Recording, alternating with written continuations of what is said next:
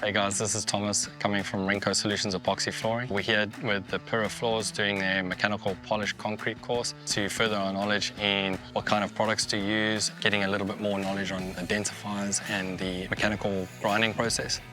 We kicked things off with really soft concrete, so we went through all the densifiers, diamond tooling, resin pads, and all the way to buffing the floors. We managed to show them a few different ways of grouting, refining the slab, densifying through the polishing and sealing stage. We try to make a few mistakes just to show you how to fix them up as you go.